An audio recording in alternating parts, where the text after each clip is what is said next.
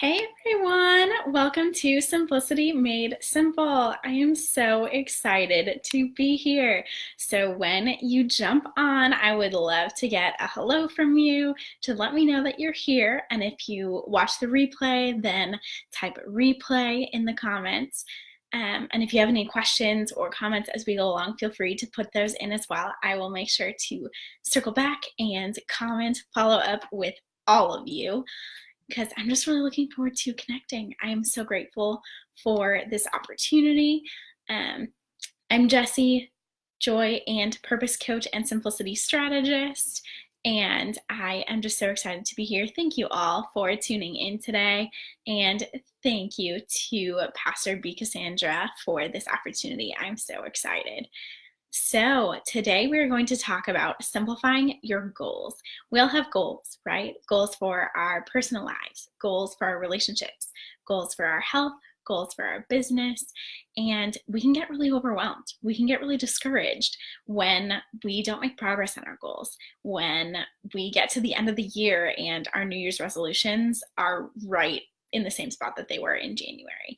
It can just be really disconcerting, and it makes us not want to set any further goals. And we wonder what's wrong with us. We wonder why we didn't make any more progress than that. But the problem isn't that we're not capable of achieving our goals. The problem is that we're setting goals in the wrong way. So I want to help you guys set the right kind of goals so that you can achieve them, so that you can have the life and the home and the business and the health and the relationships that you want to have, because I believe that you can make those things happen.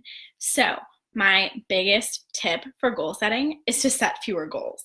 This is the number one way to simplify your goal setting. It's just to create fewer goals.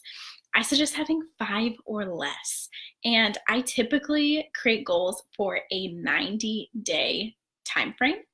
And so I might have one big business goal, one big health goal, one big personal goal, and then maybe I'll tack on 1 or 2 more goals. But I try to keep it to about 5, because otherwise I'm just spreading my efforts too thin, and we can either go wide or we can go deep. We can't do both.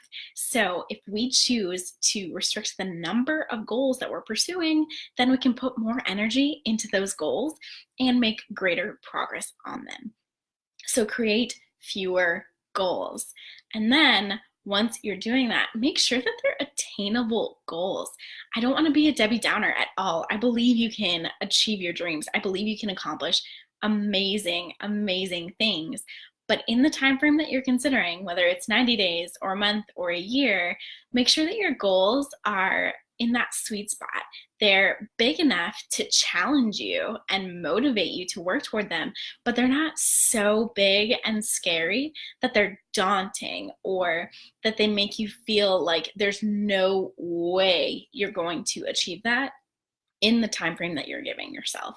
So make sure that you can achieve them. And then don't be afraid to start small, you guys. I know it doesn't feel like you're making a lot of progress. Good morning, Dorothy. So good to have you. I know it doesn't feel like you're making a lot of progress if you take just a small step, but everything starts with a small step.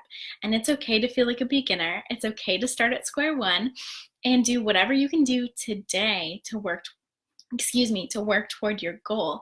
So make that first step for your goal something so small, so easy that you can't not do it.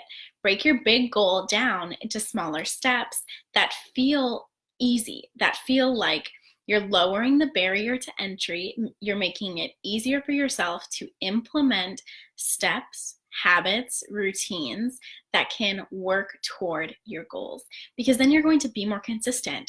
Then you're going to take regular steps toward your goal instead of forgetting or procrastinating or letting fear hold you back. And when you're taking those consistent steps, you will get so much further toward your goal, and you will be so much more proud of the steps that you've taken, because you will have made more progress like that. And then don't forget to write your goals down. There's something so powerful about having things written down in a place where we can see them frequently, because we're very distracted, right? Especially in our digital world, there's always something vying for our attention or someone vying for our attention. And it's really important to focus on the things that we're working toward. And if you have goals that you're working toward, which we all do, it's so vital to have them written down in a place that we can see them regularly so that we don't lose focus, so that we can keep working toward them and don't forget what it is that we're striving for. Okay, so those are my tips to simplify your goals: to set fewer goals, 5 or less, to get really specific about them, to make them attainable, to make them small at the beginning, to break them down into easier steps, and then to write it down and put it somewhere that you can see it regularly. I hope that helps. Feel free to ask questions or comment about your favorite tip. I would love to hear what you found most helpful. And if you have anything else that you want me to talk about as I continue with Simplicity Made Simple, I would love to hear that feedback too. Okay, guys, have a great rest of your day. I will talk to you again soon. Bye.